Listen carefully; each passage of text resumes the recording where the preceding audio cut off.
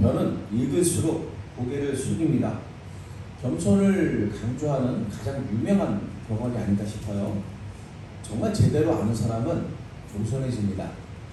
자신이 아는 것을 굳이 내세우지 않아도 괜찮아요. 남들이 다 알아줍니다. 알고 있다는 것을. 사실 인터넷에 도는 이야기들 중에 가장 시끄러운 게 학부생이다, 그런 이야기를 해요. 자기가 다 아는 줄 아는 것이 학부생이다. 그리고 석사과정에 가면은 좀 태도가 달라진다고 하고, 박사과정에 가면은 자기가 아는 것 이외에는 아무것도 모른다고 생각을 하게 된다고 합니다. 남에게 그걸 증명해 보이려고 할 이유가 없는 거죠. 자신이 그것을 알고 있다, 충분히 능력이 있다 하는 것을 남들이 알아주기 때문에 일부러 증명할 필요가 없어요. 모르는 사람, 어설프게 아는 사람, 이제 막 알기 시작한 사람은 아는 것을 적극적으로 표현합니다. 제가 20대 때 젊을 때부터 문서 편집을 시작을 했어요. 근데 한글 프로그램 있잖아요. 1.0부터 쓰기 시작했었는데 이 기능 같은 거를 하나씩 배우기 시작하니까 재밌어요. 그래서 그때 어렸을 때 낸 리포터를 보면은, 대학 과제물을 보면은 제가 아는 모든 기능이 다 들어가 있습니다. 화려하게 이미지도 넣고 글씨도 막 꾸미고 이렇게 해놨어요. 지금 보면은 화려하기만 할 뿐 오히려 눈에 들어오지는 않더라고요. 조금 더 편집을 잘 배우신 분들이라면은 화려한 기술보다는 눈에 잘 들어오는, 한눈에 쏙 들어오는 그런 편집을 선호하는 것 같아요. 많은 기능을 거기다가 뽐낼 필요가 없는 거죠. 자신이 아는 것을 증명하려고 하고 자신이 아는 것이 옳다고 고집하는 사람, 자기의 목소리를 높이는 사람, 이런 사람은 어쩌면 오히려 아는 것이 없기 때문이 아닐까 하는 생각이 들어요. 그래서 정말 아는 사람은 자기 주장을 강조하기보다 다른 사람의 주장에 귀를 많이 기울입니다. 꼭 그런 것만은 아니겠죠. 필요할 때에는 틀린 것을 지적하고 자신의 주장을 바르게 내세울 때가 있을 겁니다. 그러나 자기가 아는 것 이외에도 다른 것들이 있을 수 있다고 생각하고 더 폭넓게 귀를 기울입니다. 굳이 내가 지금 웃기지 않아도 아무도 나를 깔보지 않기 때문에 그런 부분을 조바심을 내지 않는 거죠. 그래서 오히려 더 많이 듣고, 그래서 더 많이 알아갑니다. 오히려 잘 알지 못하는 사람이 자기 주장이 강한 거죠. 그래서인지 건강한 공동체를 보면 진짜 능력 있는 사람의 의견이 잘 반영됩니다. 서로 겸손하게 들을 줄 알기 때문에, 서로의 생각을 존중해서 들을 수 있기 때문에 그 듣는 과정에서 진짜 좋은 의견을 발견할 수가 있는 거예요. 방법을 찾아가는 거죠.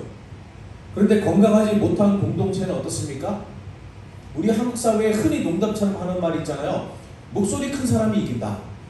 그게 건강하지 못한 공동체라는 증거입니다. 우리 사회가 그렇지 못하다라는 단정이 아니라 실제로 건강하지 못한 공동체는 목소리 큰 사람이 이깁니다. 내 목소리를 들어라 라고 내세우는 사람이, 자기 의견을 반영하려고 고집을 피우는 사람이 그 의견을 반영하게 되어 있습니다. 그게 좋은 의견인지 중요하지 않은 거죠. 내 의견이냐, 이게 중요해지는 거예요. 그래서 잘 알지 못하면서 권위를 내세우는 사람, 자기 주장이 강한 사람의 의견이 오히려 더 좋은 의견을 묻어버립니다. 그래서 겸손해야 되는 거죠. 어떤 공동체든지 건강해지려면, 특히 교회가 건강해지려면 겸손해야 합니다. 우리 모두가 그렇습니다. 서로가 서로에게 겸손해야 돼요.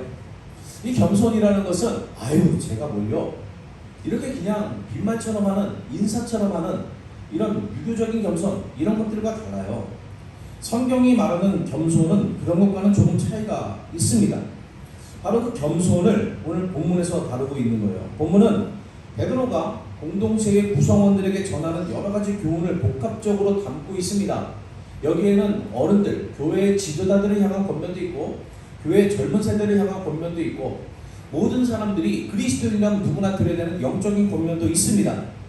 그런데 이런 모든 권면을 관통하는 하나의 주제를 우리가 뽑아본다면 겸손이라고 할 수 있을 것 같아요.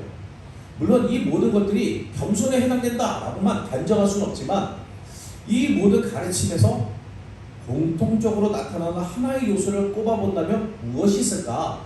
겸손이 아닐까 하는 거죠. 베드로는 교회 지도자들을 향해서 권면합니다. 본문에 장로라고 표현하는데, 그냥 나이가 많은 사람이다 하는 것보다는 교회 대표자로서, 교회를 섬기는 리더들을 의미한다. 그렇게 볼 수 있을 것 같아요. 사실 그런 분들이 대부분 연장자겠죠.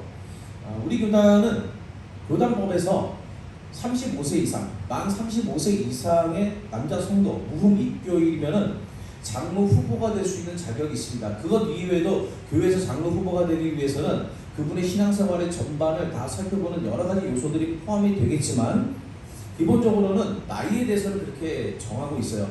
근데 실제로 어떻습니까? 굉장히 신도시의 젊은 세대만 많이 보이는 교회가 아니라면 35세나 40세 정도의 장로가 되는 경우는 별로 없습니다. 제가 수도권에 있다가 이 부산 김해 이쪽에 와보니까요. 이 직전에 부산에 있는 교회, 그것도 부산 원도심에서 나이가 좀 평균 연령이 높은 어른들이 많은 교회에서 사역을 하지 않았습니까? 그리고 역사가 오래된 60년, 70년 이렇게 넘어가는 교회에서 사역을 해보니까 50대에도 장로 되기가 쉽지 않더라고요. 그래서 이제는 20년 이상 한 교회의 시무장로로 봉사하면서 이 은퇴한 이후에 원로장로 되는 것이 굉장히 어렵습니다. 대부분은 50대 중반이 넘어서야 장로로 피택이 되니까 굉장히 어렵더라고요. 그러니까 사실 교회에서 이 지도자의 위치에 있다는 것은 특히나 지금 사회도 마찬가지겠지만 고대 사회에서는 더더욱 우리처럼 장유유서를 신봉하는 사회는 아니겠습니다만 그래도 연령으로 봐도 어른들이 그렇게 교회 지도자의 경우가 많이 있었겠죠. 나이가 꼭 아니더라도 사회적으로 신분이 높을 수도 있습니다. 그 당시에는 신분제 사회였으니까 신분 자체가 귀족이거나 이럴 수도 있을 거예요. 또는 그 지역에서 굉장히 존경받는 유지일 수도 있을 겁니다. 그러니까 많은 사람들이 존경을 받았을 거예요. 우리식으로 표현하자면 윗사람, 어르신 그렇게 부를 수도 있겠죠. 꼭 우리만 그런 것은 아니겠습니다만 제가 다른 나라 문화를 잘 모릅니다. 다른 나라를 오래 살아보거나 그런 게 아니라 아주 짧게 단기 선교로 짧게 다녀오고 여행으로 다녀오고 있기 때문에 문화를 잘 몰라요. 그냥 제가 경험한 이 한국 사회를 기준으로 보면 서열이 참 중요합니다. 우리는 만나면 나이를 먼저 물어봅니다. 몇 년생이세요? 무슨 띠입니다. 내가 한 3살 많네. 근데 자기가 많으면은 꼭 자기 나이를 밝힙니다. 내가 먼저 물어봤는데 상대방의 나이가 많으면은 자기 나이를 이상하게 얘기를 빨리 안 해요. 저는 초등학교, 지금으로는 이제 초등학교지만 옛날에 제가 다닐 때 국민학교였잖아요. 국민학교를 1년 일찍 갔어요. 그래서 재수를 하지 않고 군대도 짧게, 지금은 2학도 1년 반인데 그때는 단기 사병, 방위가 1년 반이었잖아요. 짧게 군대를 갔다 오고 그러니까 이제 휴학한 기간도 짧고 그러다 보니까 신학대학원을 굉장히 빨리 갔습니다. 대학을 졸업하고 신학대학원을 갔는데 제 나이 또래에게 온 친구들은 대부분 면제예요. 면제나 받아야 저랑 나이가 같더라고요. 그러니까 신학대학원을 같이 다니는 분들이 대부분 저보다 연배가 위입니다. 한 3, 4살 위에요. 대부분이. 이런 분들이 많다 보니까 저와 나이가 비슷하면 사실은 저보다 거의 후배입니다. 신학대학원에서. 게다가 좀 늦게 시작하신 분들도 많이 있잖아요. 근데 목회를 하다 보니까 목사님들 많이 만나요. 제가 이제 담임 목사가 됐으니까 이제 1년 좀 넘었으니까 지금까지 부목사로 지내지 않았습니까? 부목사로 어딜 가면은 다른 교회에서 이미 제 나이 또래나 저보다 조금 연배가 위이신 분들이 담임 목사님인 경우도 많습니다. 담임 목사님들인데 저한테 물어보시는 거예요. 신대원 몇 개예요, 목사님? 제가 어려 보이니까 또 부목사니까 당연히 자기보다 후배겠지 이러고 물어보시는 거예요. 근데 가보면 제가 선배입니다. 제가 몇 기입니다. 제가 신대원, 우리 총신신대원 93회 졸업생이에요. 93회입니다. 그분 한 94회, 95회 되는 거예요. 그러면 그때부터 말을 안 합니다. 제가 어느 교회에다가 부임을 했는데 그 교회에 저랑 성이 같은 장로님이 계셨어요. 저한테 물어보시더라고요. 목사님은 본이 어디시오? 어디입니다. 그래요? 나랑 같네. 무슨 파요? 무슨 파입니다. 그것도 나랑 같네. 그러면 어떻게? 몇 대 손이요? 그것까지 물어보지 마셨어야죠. 그냥 파만 같으면 우리 식구나 하고 그냥 좋아하고 마셨어야 되는데 몇 대 손이요? 제가 할아버지더라고요. 그리부터 그분이 굉장히 저를 어색하게 대하셨습니다. 우리는 굉장히 서열을 중요하게 생각해요. 내가 저 사람보다 위일 거라고 생각했는데 서열이 뒤다, 아래다 그러면은 그때부터는 갑자기 말이 없어집니다. 자신이 연장자다, 지위가 높다, 그러면 그때부터는 좀 우위에 서려고 해요. 무슨 생각을 하더라도 내 생각을 더 강조하려고 합니다. 내 말 들어라 하는 거죠. 어쩌면 그래서 서열을 정리하는 건지도 모르겠습니다. 어떤 문제가 생겼을 때에 누구 말을 들어야 된다, 자기 생각대로 하고 싶어서 그러는 거죠. 교회에서는 그렇지 않습니까? 교회에서도 저는 비슷한 모습을 많이 봤어요. 전도사님 때에 너무 겸손했던 분인데 목사 안수를 받으니까 갑자기 이렇게 딱, 거의 평소에는 전도사님 때는 항상 이렇게 딱 손을 모으고 다니는 게 습관이었거든요. 성도님들 누구를 만나더라 안녕하세요, 안녕하세요 이렇게 인사를 했는데 목사님이 되니까 갑자기 이렇게 탁 팔도 내리고 배도 내밀고 목도 이렇게 빳빳하게 들고 예 이러고 다니시더라고요. 장로님들 중에도 그런 분이 있었습니다. 안수 집사님일 때는 얼마나 성도님들에게 잘하는지 몰라요. 부서를 맡았는데 그분이 돈도 좀 많았거든요. 막 교사들, 주일학교 다 교사를 데려가가지고 밥도 사주고 막 이렇게 했습니다. 근데 장로님이 딱 되고 나니까 한 푼도 교회를 위해서 쓰질 않는 거예요. 기본적인 헌금을 하는 것 이외에는. 어떻게 보면은 윗사람이 된다는 것은 아랫사람들에게 으스대기 위해서, 뽐내기 위해서, 대접받기 위해서 그런 것이 아닌가, 좀 그런 생각이 들 정도로 내 서열과 지위가 높아지면 더 교만해지는 분들이 많은 것 같습니다. 베드로는 이렇게 말합니다. 주장하는 자세를 하지 말고 양무리에 본이 되십시오. 교회 지도자들에게 말로 권위로 누리려고 하지 말고 직접 본을 보이라는 거예요. 이렇게 하세요, 저렇게 하세요, 이렇게 가르치려고 들지 말고 본인이 그렇게 하면 된다는 겁니다. 내가 그렇게 하지 않으면서 누구에게 그렇게 하는 거죠. 제가 섬겼던 어느 교회 담임 목사님께서는 설교 시간에 그런 말씀하셨어요. 강단에서 설교하는 것과 교회 계단에 떨어진 휴지를 줍는 것은 똑같은 일입니다. 제가 이 이야기를 친구들에게 했습니다. 친구들이 다 안 믿어요. 본인이나 휴지 주우면서 그런 얘기 하라고 해라. 왜 친구들이 그런 이야기를 하겠습니까? 교회에서 목사님들을 보니까 그런 걸 안 하더라는 거예요. 교회 휴지 쪽에 딱 떨어져 있어도 부목사가 죽겠지, 전도사가 죽겠지, 집사님들이 죽겠지 하지, 본인은 그 떨어진 휴지 하나도 안 죽더라는 겁니다. 에헴하고 목에 힘주고 강단에서 권위 있게 설교하는 것만 좋아하더라 하는 거예요. 근데 제가 본 그분은 그렇지 않았습니다. 그분은 교회 계단에 휴지가 떨어져 있으면 줍는 분이었어요. 그리고 강단에서 그렇게 설교하는 분이었습니다. 그래서 제가 그분의 말씀을 인정할 수밖에 없어요. 왜요? 본을 보이셨잖아요.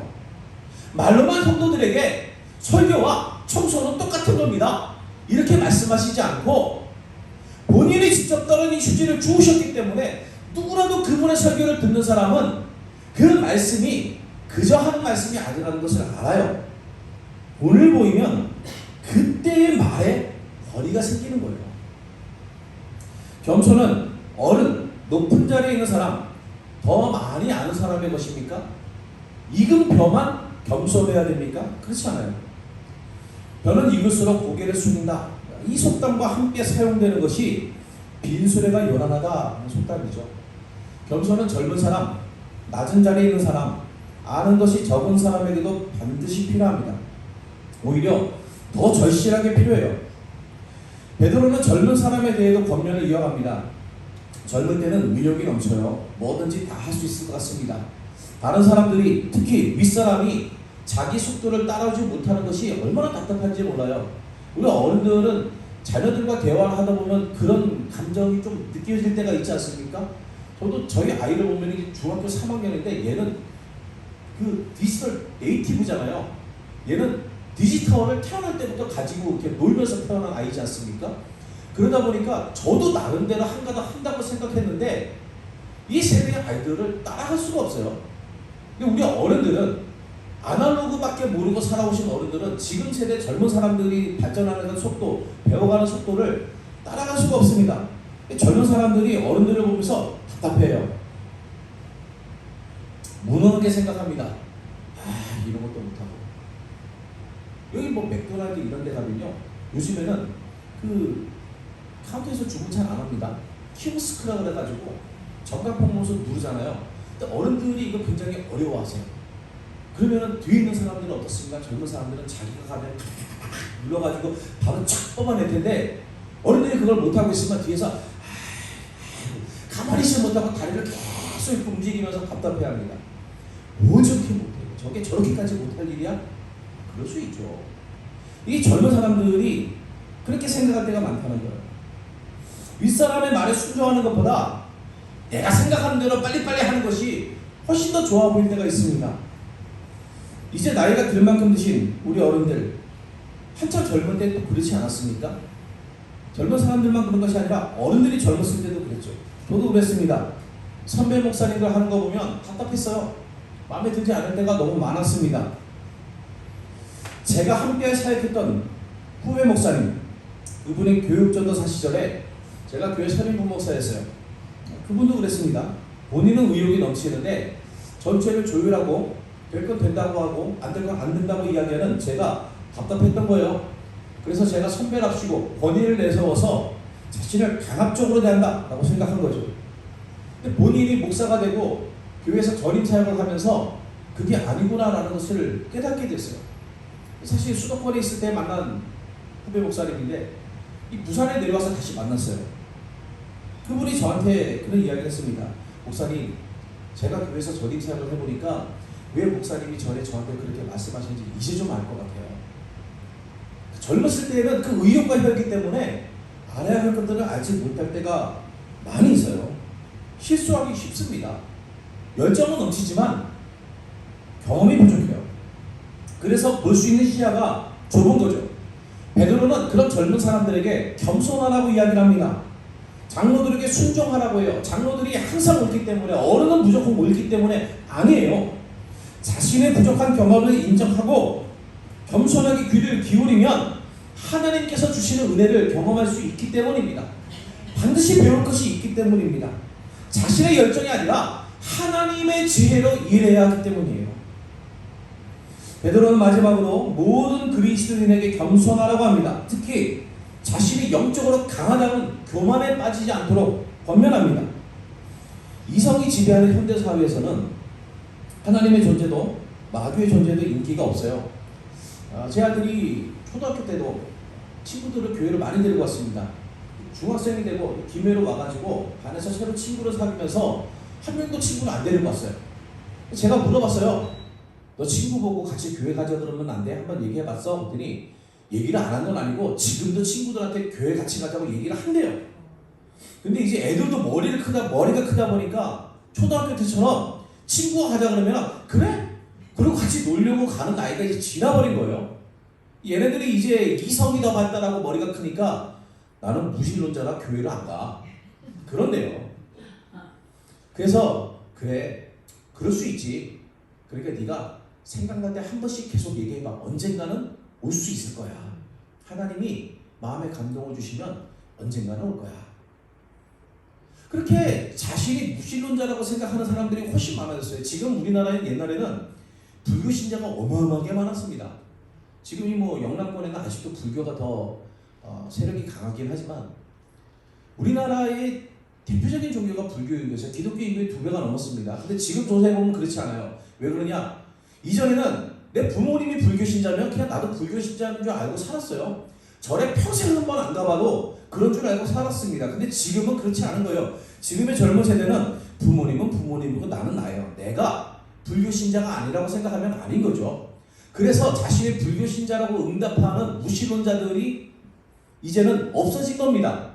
나는 무신론자야 라고 생각을 하게 된 거예요. 그러다 보니까 상대적으로 불교 인구가 줄어든 것처럼 보이는 거죠. 이런 이성이 지배하는 이 시대에 아이러니하게도 마귀의 존재를 부정하면서 보이지 않는 마귀의 실체는 경계하지 않고 눈에 보이는 대상을 마귀라고 생각하는 경우는 더 늘어가고 있습니다. 진짜 마귀, 눈에 안 보이는 마귀는 경계하지 않는데 나랑 생각이 다르고 나랑 가치관이 다르고 나랑 주장이 다른 사람들을 마귀라고 생각하는 거예요. 그런 것을 우리 사회에서는 요즘에 악마화한다 라고 표현합니다. 나랑 다르면 악마라고 이야기하는 겁니다. 배후에서 움직이는 마귀의 진짜 의도를 파악하고 경계하는 것이 아니라 그저 나랑 다르니까, 나에게 불편을 끼치니까, 나와 원수지간이니까 저놈은 마귀야. 그래서 그 대상을 타도하면 마귀를 이기는 줄 착각하고 있어요. 사실 그런 마귀라면 싸울만 하지 않습니까? 그러나 그건 그저 허공만 치는 가짜 싸움입니다. 마귀는 실제로 있기 때문에 그래요. 이게 겁주려고 하는 말이 아닙니다. 오히려 의미 없는 두려움을 버리기 위해서는 마귀가 실존한다는 이 분명한 진실을 마주 대해야만 합니다. 눈에 보이는 우리를 반대하는 사람이 마귀가 아니라, 우리를 힘들게 하는 상황이 마귀가 아니라, 우리의 마음을 들쑤시는 진짜 마귀가 우리의 마음을, 내면을 집요하게 공격하는 거예요. 마귀는 내 밖에 있는 대상과 싸워서 내쫓는 것이 아니라 내 안에 틈타지 못하도록 내 내면을 지켜서 쫓아내야 되는 겁니다. 여러분, 마귀는 정말 성실합니다. 베드로는 마귀가 두루 다니면서 삼킬 자를 찾는다고 해요. 마귀는 기다리지 않습니다. 적극적으로 찾아갑니다. 가장 효율적인 방법으로 우리 영혼을 무너뜨리려고 합니다. 이미 잘 믿고 있는 사람도 예외가 아니에요. 믿음 좋은 사람도 찾아갑니다. 믿음이 좋다고 겁먹고 도망가는 마귀가 아니에요. 그래서 우리는 겸손해야 합니다. 우리 힘으로 언제든지 마귀를 물리칠 수 있다. 착각을 버려야 돼요. 마귀는 능력도 우리보다 뛰어납니다. 우리가 할 수 있는 것 훨씬 그 이상의 것을 할 수 있습니다. 게다가 성실합니다. 우리보다 훨씬 성실합니다. 천부적인 재능을 가진 운동선수가 연습도 남들보다 훨씬 더 많이 한다면 그 선수가 얼마나 잘하겠습니까? 그 선수를 도대체 어떻게 이길 수가 있겠어요? 우리의 힘으로는 마귀를 이길 수가 없어요. 근데 얼마나 교만합니까? 마귀는 그렇게 부지런히 돌아다니는데 우리는 가만히 앉아서 신앙에 성장하기를, 마귀의 유혹을 물리치기를 기대합니다. 어리석은 일이에요. 은혜의 하나님을 의존해야 됩니다. 적극적으로 하나님을 의지하고 하나님의 성품을 담도록 훈련해야 합니다. 하나님만 우리를 온전하게 하시고 굳건하게 하시고 강하게 하시며 터를 견고하게 하신다고 베드로는 강조합니다. 어려운 시대, 베드로와의 시대와는 또 다른 방식으로 마귀와 싸워야 하는 이 어려운 시대에 우리는 겸손하기를 간절히 원합니다. 어른은 어른이기 때문에 겸손하고, 젊은 사람은 젊은 사람이기 때문에 겸손하여 서로에게서 배우고 신앙의 유익을 함께 누리고 하나님을 의지함으로 서로를 격려함으로 마귀의 유혹을 물리쳐 이길 수 있는 하나님의 백성들이 될 수 있기를, 승리하기를 간절히 소원합니다.